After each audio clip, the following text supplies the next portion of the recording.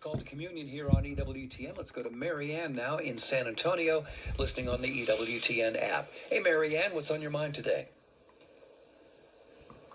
Are you taking Marianne's call? Yes, go right ahead. Oh, I'm sorry, I was switched it from speakerphone. Okay, I'm not sure where I came in when the guy was talking about the Noah's Ark, and you told him that it was more of a, I think you said more of a story than of a actual happening.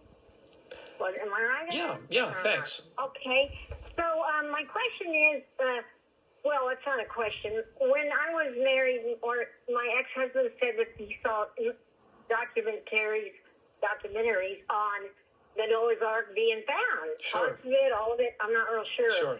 So how does that tie in with everything? Yeah, thanks. Is that true too? Sure.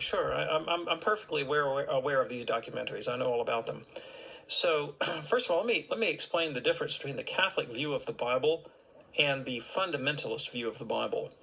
Fundamentalism, as a species of Protestantism, takes the view that the Bible is literally true in all of its propositions, that the purpose of the Bible is to give us a list of true propositions, and that systematic theology is the task of assembling those propositions into some kind of coherent order.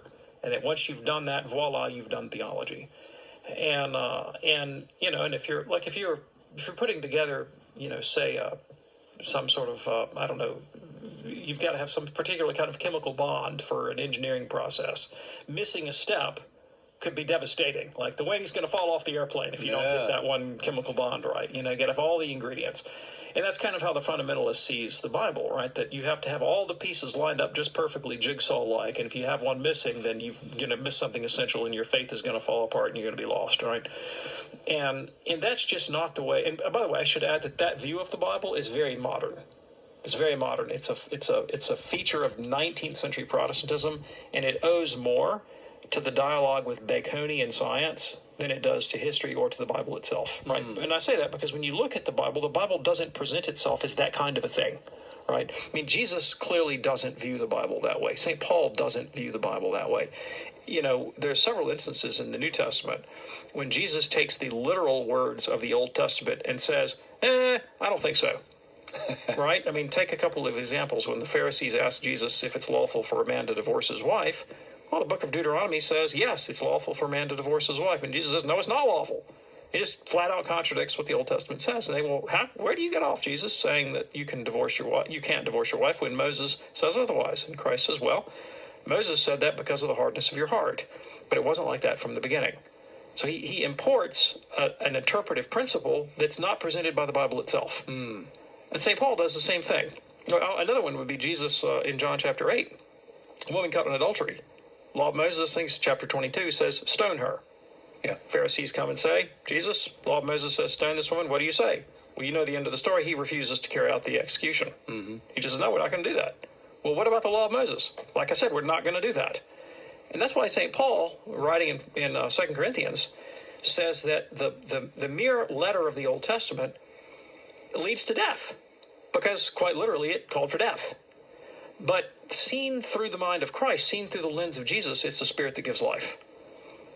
And so hence is born the Catholic understanding that the proper way to read the Old Testament is for the spiritual sense. The literal sense has a value, but it's primarily as sort of the bedrock out of which the spiritual sense grows. And that's, how do I use the Bible to grow closer to Christ and to God? St. Augustine, in his book on biblical hermeneutics, said that any interpretation of Scripture is valid, provided it leads to charity, to actual love and the virtues. And so this is the way Catholics use the Bible. It's very different from the way the fundamentalist does. And so when the New Testament looks at the flood of Noah, St. Peter says the flood of Noah is an allegory to represent Christian baptism. Because what happens in the flood of Noah? Well, impurity is washed away. That's the point of the story, right? Or at least a point. And he says that's what we want to do in our own lives. We want to wash away impurity, and the sacraments are how we do that, right? And we want to grow in holiness. That's how we approach it. Now, because